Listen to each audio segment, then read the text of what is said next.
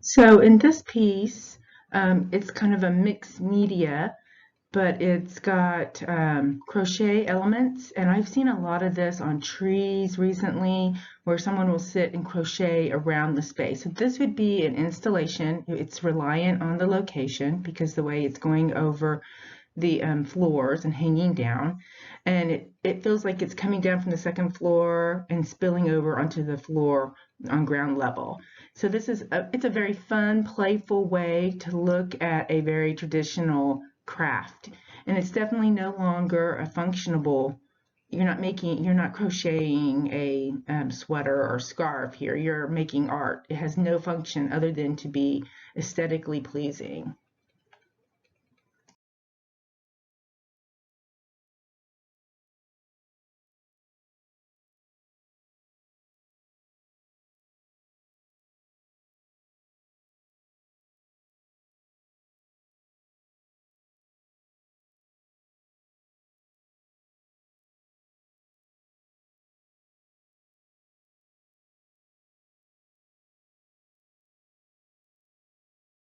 So in this piece, the artist is using mixed media, again using fabric. It has, let's see, a burlap and resin molded over plastic casts. These are life-size figures.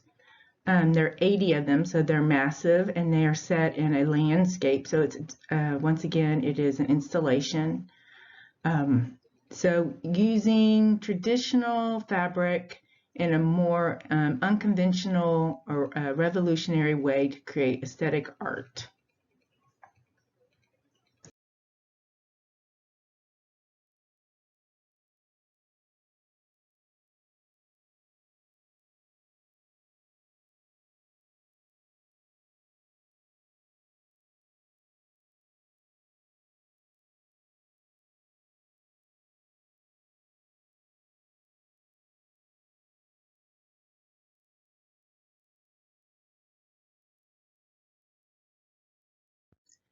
Okay, in this one we have clothing. So very much a functional. It would be definitely considered a craft. Fashion. Who knew that would be considered fine art? But if you look at this, these are so kind of outrageous and playful that it blurs the line between craft and fine art. You have complementary colors, you have repetition of form, the circles creating a pattern. I think they're amazing. And then the shapes and the forms, it's nothing you would probably wear unless you were going to a costume party. And this is recent 1999, a Victorian couple.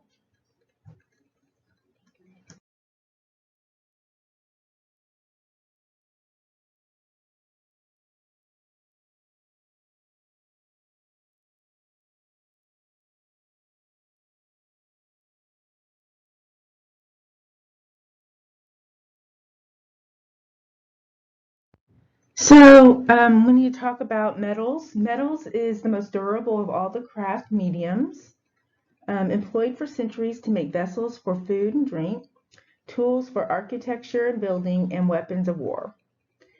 Um, the Chinese constructed a two-piece sandwich mold that did not require wax to hold two sides apart. And this is how this piece was created. We have a king hunting an ostrich from his chariot, the base of the king's ostrich's feather fan. And so the feathers would come out on the outside of it. As you can see, they would create a mold and then pour the gold in, and that's how they would have. Well, actually, this piece is not a mold. This is beaten gold, so they would have beaten it, molded it into exactly how they wanted, probably on the back side.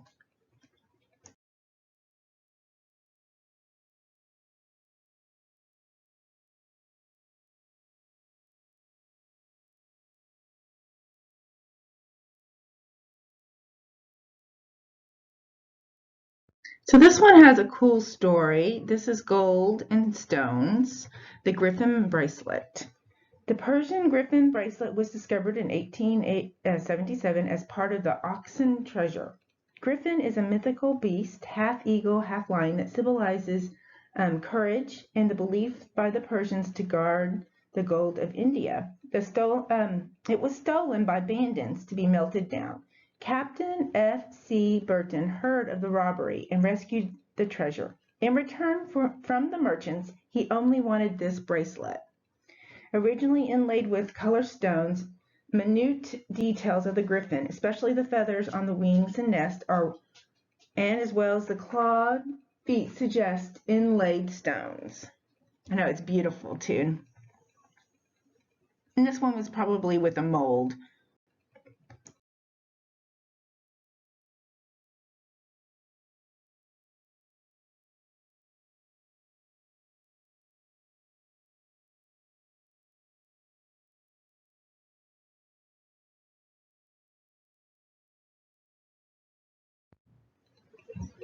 Okay, so in this one, the Saleria, it is a salt cellar from Francis I of France. It was made of gold and emeralds. It is functional salt and pepper dispenser.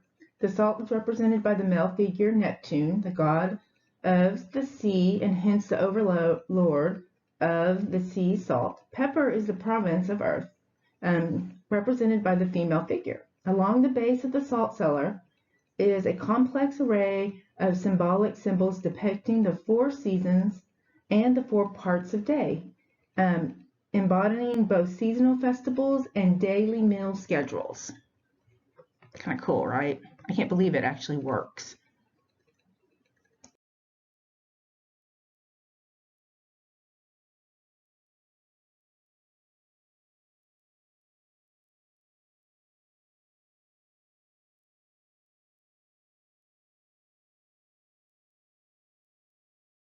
So of course with craft, it's always about function, like the one that we saw before, the salt cellar, but it broaches between function and art because it's so highly decorated. The same thing with this one. This is a teapot, the inner circle teapot, and as you can see, it could be functional, but it's absurd. Here's a contemporary example of metal work, bending and turning everyday materials such as cardboard, common tubing, and the like until the artist found the form that seems pleasing. The globe orbited by the teapot's handle and spout.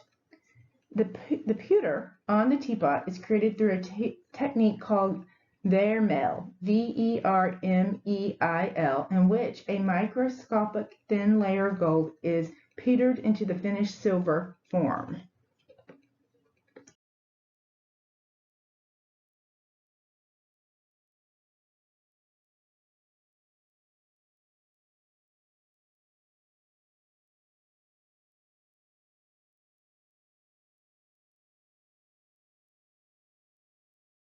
Okay, the last material that we'll be talking about that is usually considered craft is wood. So wood is easy to carve. It's also widely available. Artisans have favored wood as a medium throughout history. It's an organic material, so wood is extremely fragile and few wooden artifacts survive from ancient cultures. Okay, and as you can see in this one, this has been carved, subtractive sculptural process, and then it's been painted with complementary colors, orange and blue. It's a beautiful example of a box, something that you could hide things in, put blankets or paperwork. So functional, but very artistic as well.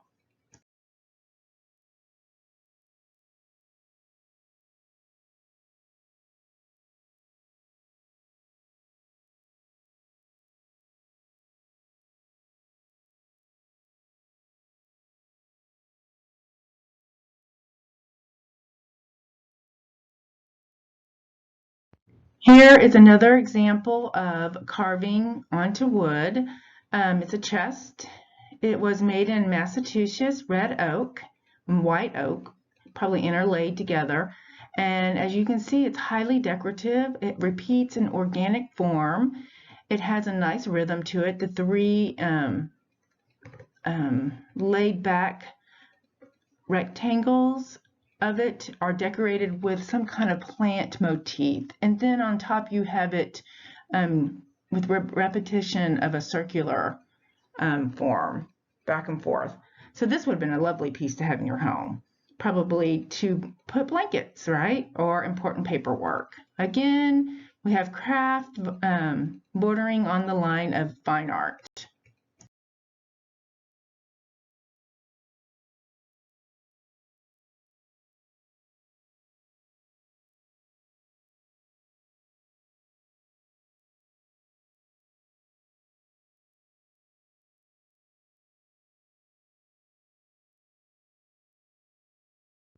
This is a super cool sculptural piece made by, I think it's knitting or crocheting, and they are the coral reef or gardens under the sea.